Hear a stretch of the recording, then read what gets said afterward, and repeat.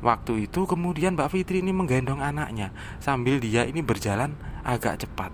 Dan ketika dia berjalan beberapa meter, Mbak Fitri ini penasaran. Akhirnya dia ini menoleh lagi ke belakang. Dan Mbak Fitri ini melihat ada sosok perempuan, nenek-nenek.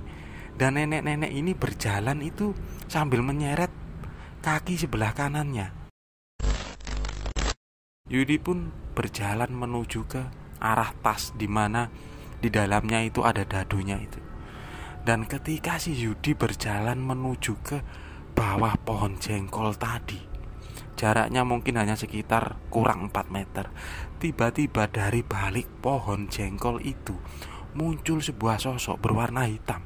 Dan menurut Yudi sosoknya itu seperti seorang perempuan, tapi dari pakaiannya itu semuanya hitam sampai ke bawah.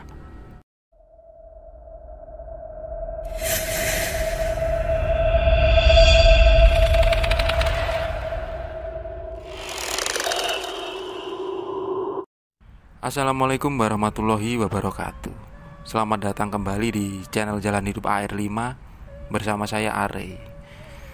Saya mengucapkan banyak terima kasih kepada semua teman-teman yang sudah menceritakan pengalaman horor, kejadian misteri dan kisah-kisah mistis yang semuanya itu berdasarkan pengalaman nyata.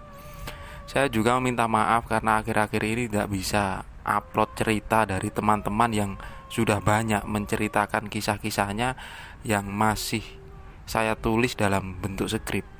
Karena untuk beberapa bulan ini saya ada perpindahan kerja yang awalnya di perkotaan dan sekarang dipindah ke daerah pedalaman di Kalimantan Timur, yang di situ mungkin sinyal agak susah.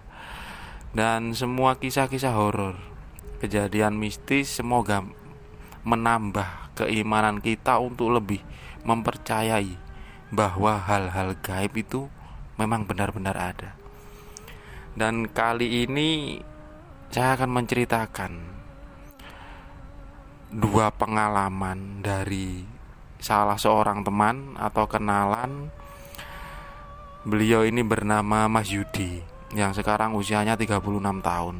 Nah, Mas Yudi ini memiliki dua pengalaman horor yang terjadi cukup lama sebenarnya, sekitar 10 tahunan yang lalu. Dan salah satu kisahnya yang pertama akan aku ceritakan di video kali ini. Jadi Mas Yudi ini profilnya itu dia sekarang berusia 36 tahun. Dia tinggal di sebuah desa. Dan Mas Yudi ini memiliki sebuah kebiasaan buruk yang baru saja belum lama dia tinggalkan. Dan itu semua setelah dia menikah dan memiliki anak. Ketika masih kecil, Mas Yudi ini dirawat oleh kakek dan neneknya karena orang tuanya itu pergi dan tak ada kabar menurut cerita Mas Yudi. Dia itu nakal sejak kecil karena alasan kurangnya kasih sayang. Bahkan ketika Mas Yudi ini kelas 5 SD, dia ini melakukan kenakalan di sekolahnya yang berakibat waktu itu dia dikeluarkan dari sekolah. Dan semenjak saat itu dia ini tidak menempuh pendidikan sekolah lagi. Jadi setiap hari dia membantu kakek dan neneknya, sebuah pekerjaan di kampung lah, seperti bertani, kadang cari kayu bakar. Nah, pada waktu itu akhirnya Mas Yudi ini bergaul dengan teman-teman di desanya, kadang bergaul dengan orang-orang yang umurnya itu lebih jauh dari dia, sehingga dia bercerita kalau pergaulannya ini cukup liar. Mas Yudi ini memiliki sebuah hobi atau kebiasaan. Jadi dia itu suka sekali memelihara ayam atau ayam jago yang jenis petarung. Dan sampai ketika dia dewasa, hobi ini justru dijadikan untuk berjudi. Jadi dia memiliki beberapa teman yang suka berjudi dengan menggunakan ayam atau dengan istilah sabung ayam. Nah, judi ini pun berkembang. Jadi dia juga meluas seperti judi dadu atau sejenis judi-judi di kampung lah. Pada suatu hari, Mas Yudi ini sudah jarang pulang ke rumah. Dia lebih nyaman ikut dengan orang-orang yang sehobi dengannya. Karena menurutnya ketika dia di rumah, dia ini sering dimarahin terutama oleh neneknya, karena menegur untuk supaya kamu ini gak usah judi sabung ayam atau dadu, mbok ya cari pekerjaan yang layak. Wong kakek nenekmu ini sudah tua, gak bisa terus ngerawat kamu. Apalagi nanti kamu ini juga pasti menikah, mbok ya belajar tanggung jawab.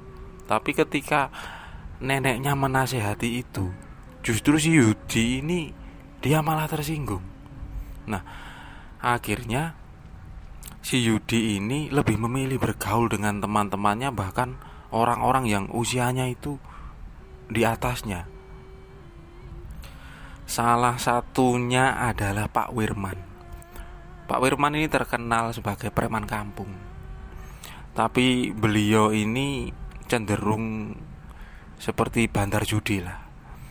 Nah, rumahnya Pak Wirman ini berada di sebuah kampung atau desa, namanya itu Banjaran.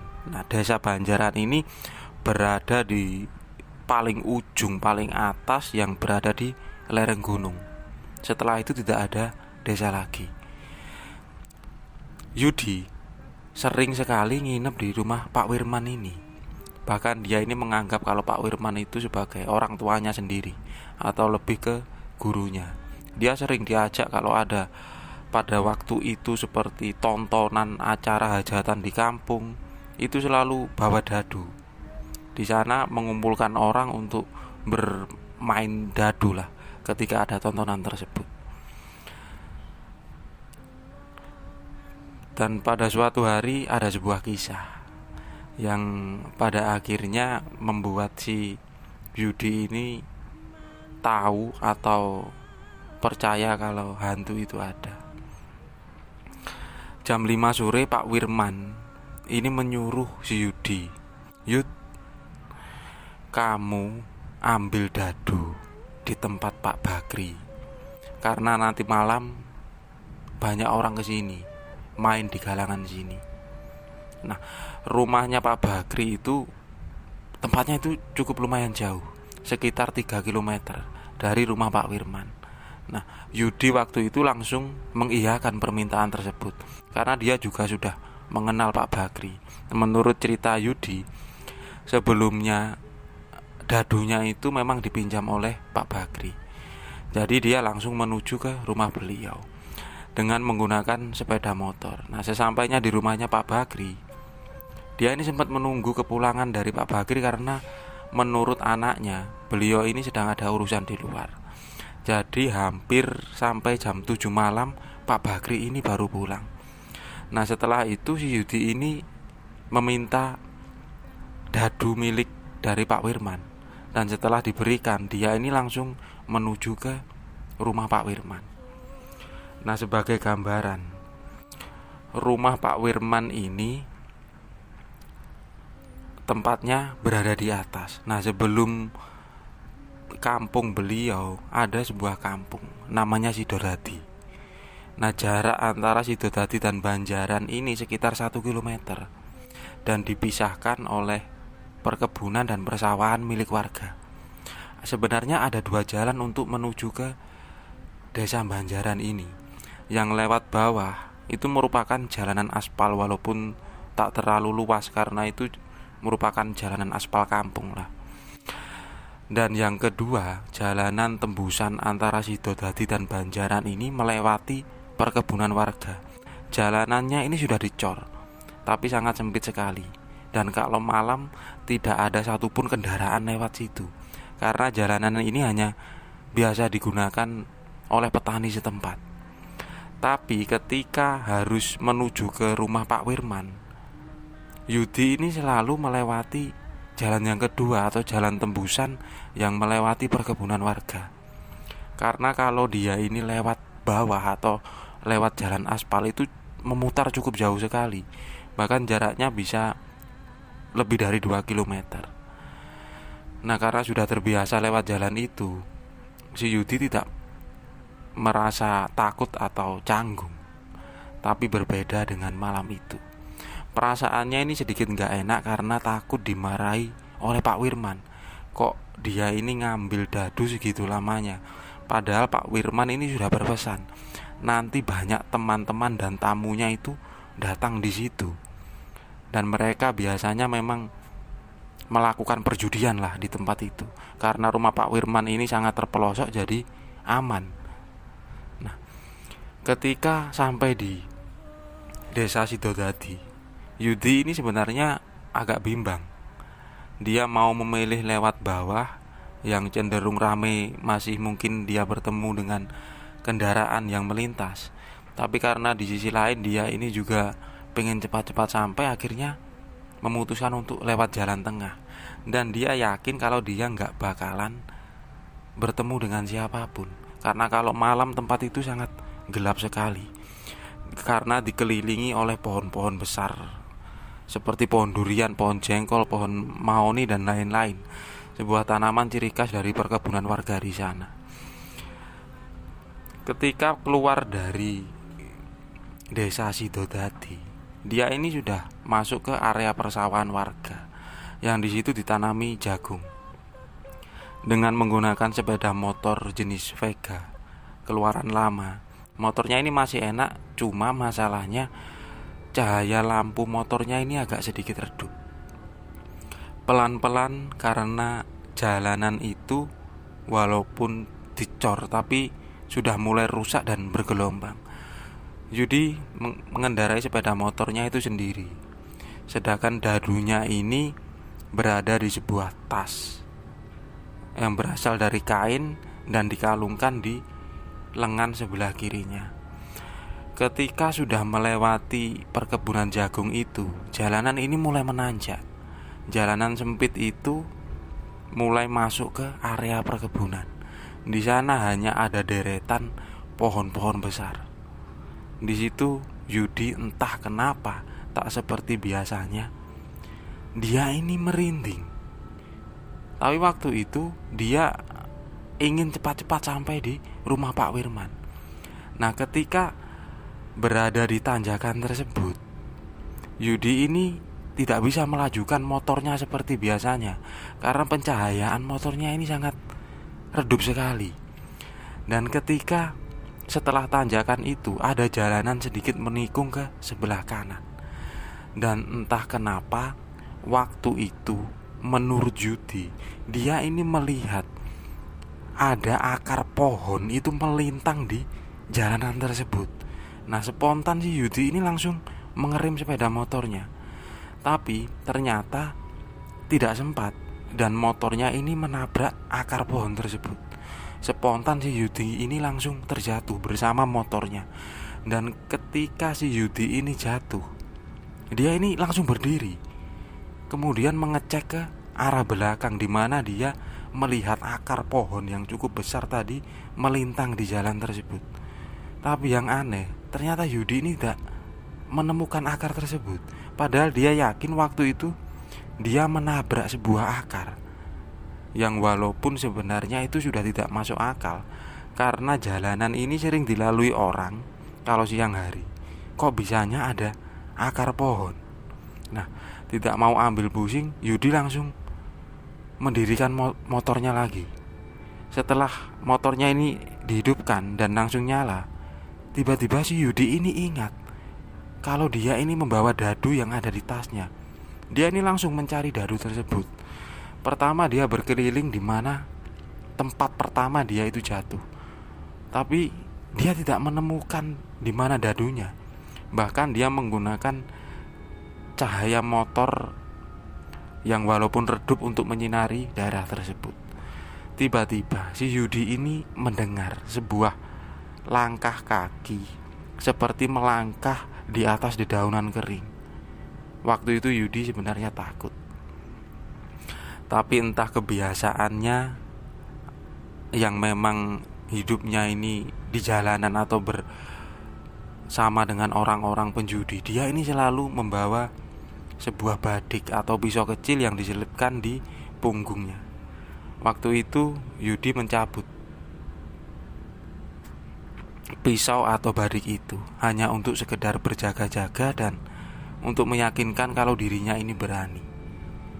sambil menoleh ke kanan ke kiri, tapi lama-lama suara itu seolah-olah semakin mendekat.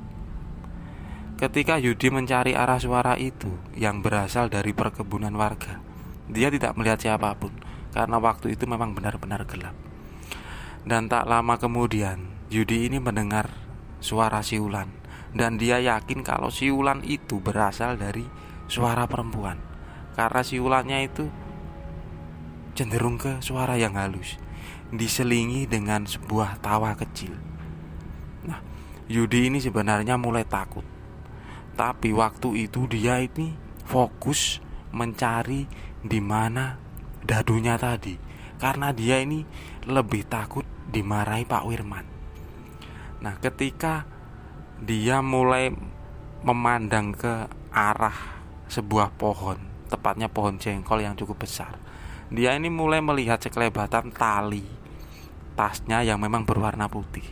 Nah, ada sedikit perasaan lega. Yudi pun berjalan menuju ke arah tas di mana di dalamnya itu ada dadunya itu.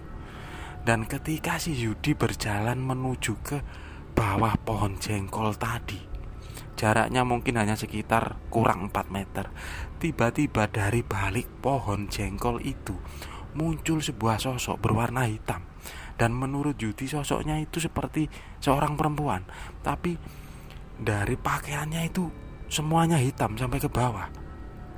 Dan Yudi ini melihat kalau perempuan itu mulai mengeluarkan badannya dari balik pohon jengkol itu.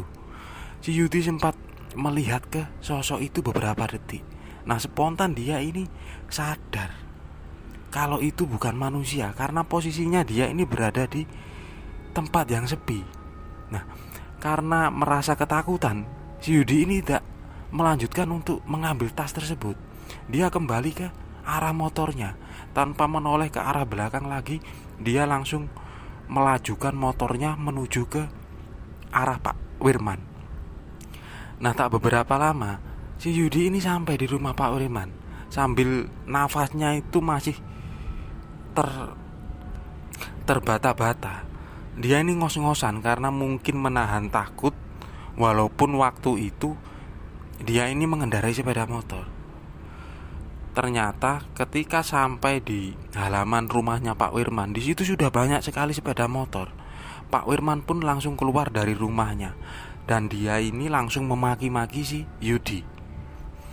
Karena antara takut dengan Pak Wirman dan dia masih mengingat kejadian tadi, si Yudi ini langsung memegang tangannya Pak Wirman, kemudian mengajak ke samping rumah.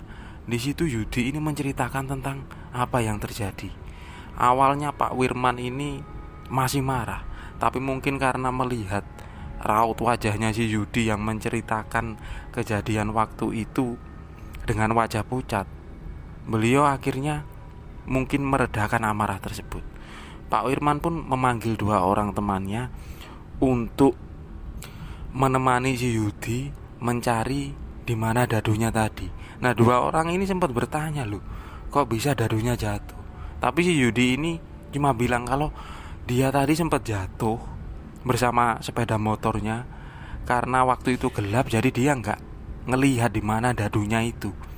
Dan tak mau ambil pusing, si 2 temannya ini pun menemani si Yudi. Mereka menggunakan 2 sepeda motor dan membawa sebuah lampu senter yang cukup besar. Nah, ketika sampai di tempat di mana Yudi jatuh tadi, mereka ini mencari. Nah, si Yudi ini langsung menunjuk kalau di bawah pohon jengkol tersebut. Nah, salah satu temannya ini pun bertanya, loh, kamu kok tahu kalau dadunya di situ? Kalau kamu tahu kok kenapa nggak kamu ambil? Nah, seketika itu si Yudi ini cuma bilang, nanti aku ceritakan. Yang penting kamu ambil tas yang ada isinya dadu. Setelah itu kita balik ke rumahnya Pak Wirman. Aku takut dimarahin, dan tolong kalian gak usah cerita macam-macam ke Pak Wirman. Nanti aku kasih tahu tentang kejadian yang aku alami. Tapi salah satu orang dari temannya si Yudi tadi, dia ini sempat berbisik kepada si Yudi, Yud, aku kok merinding. Emang ada kejadian apa di sini? Udah gak ada kejadian apa-apa. Yang penting kita cepat balik. Nah, setelah itu mereka ini kembali menuju ke rumahnya Pak Wirman. Setelah itu dadu ini diserahkan ke Pak Wirman dan digunakan untuk berjudi di tempat itu. Dan akhirnya dua temannya si Yudi ini sempat penasaran, kemudian mendekati si Yudi. Di situ dia bercerita tentang kejadian tadi. Kalau dia ini seperti melihat sebuah akar pohon itu melintas di jalan tersebut. Pada akhirnya dia itu jatuh. Bahkan si Yudi ini menceritakan dan menunjukkan kalau lengan kirinya ini sampai berdarah. Dan waktu itu dia ini melihat sosok di balik pohon jengkol yang besar tadi. Dan sosoknya itu perempuan, karena rambutnya itu cukup panjang tapi pakaiannya itu semua hitam. Dan raut wajahnya ini tidak terlalu jelas karena kondisi waktu itu sangat gelap sekali. Dan salah seorang temannya Yudi ini pun bilang, pantesan tadi aku ini merinding. Bahkan aku itu sempat dengar suara itu siulan. Dan siulannya itu lirih tapi halus sekali. Dan si Yudi ini pun bercerita, dia waktu pertama jatuh tadi juga dengar suara itu. Nah, semenjak kejadian itu, si Yudi ini tidak pernah sekalipun lewat di jalan tembusan itu antara Banjaran dan Sidodadi, walaupun itu siang hari, karena dia ini lebih memilih lewat jalur bawah, walaupun itu agak sedikit memutar, karena dia trauma dengan apa yang dia lihat di tempat itu. Dan Yudi pun menambahkan sebuah cerita di tempat itu. Cerita ini dia dengar dari salah seorang temannya ketika dia menceritakan pengalamannya di tempat itu. Jadi ada seorang warga Sidodadi, namanya ini Mbak Fitri. Nah, Mbak Fitri ini punya saudara. Saudaranya ini merupakan tetangga Pak Wirman yang bertempat tinggal di Desa Banjaran. Nah, Mbak Fitri ini sering berkunjung ke rumah saudaranya. Dan ketika berkunjung itu, si Mbak Fitri ini selalu berjalan kaki, karena selain tidak punya kendaraan sepeda motor, tempat itu sudah biasa dia lalui karena dia juga mempunyai sebuah kebun antara dua desa ini. Di suatu sore, Mbak Fitri ini baru saja pulang dari rumah saudaranya. Waktu itu menjelang maghrib.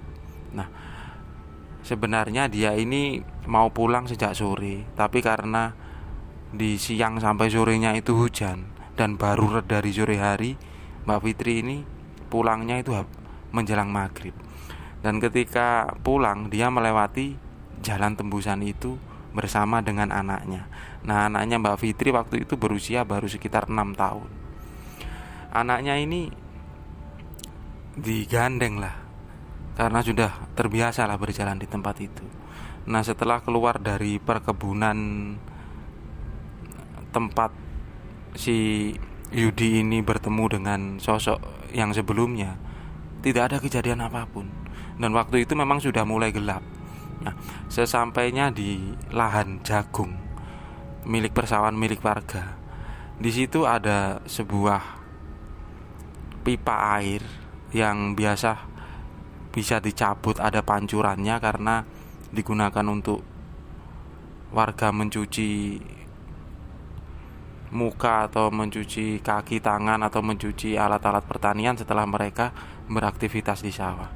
Karena sebelumnya hujan, jadi kaki dari Mbak Fitri dan anaknya ini basah dan terkena tanah yang dari perkebunan tadi, otomatis kotor. Mbak Fitri ini bermaksud mencuci kakinya di pancuran tersebut bersama dengan anaknya. Nah, setelah selesai mencuci kakinya, tiba-tiba anaknya Mbak Fitri ini bilang, "Mbah, Amit, permisi, saya mau lewat." Nah, di situ Mbak Fitri langsung tanya kepada anaknya, "Lunduk, kamu ini ngomong sama siapa?" Nah, si anaknya ini menunjuk ke atas pancuran pipa tersebut.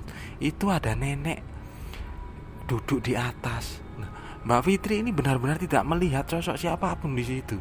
Karena dia ini mulai merasa takut, dia ini bilang kepada anaknya, "Nduk, nggak usah ngomong aneh-aneh. Ayo ibu gendong. Cepat, ini sudah mau maghrib, biar kita cepat sampai di rumah." Nah, waktu itu kemudian Mbak Fitri ini menggendong anaknya sambil dia ini berjalan agak cepat. Dan ketika dia berjalan beberapa meter, Mbak Fitri ini penasaran. Akhirnya dia ini menoleh lagi ke belakang, dan Mbak Fitri ini melihat ada sosok perempuan, nenek-nenek. Dan nenek-nenek ini berjalan itu sambil menyeret kaki sebelah kanannya.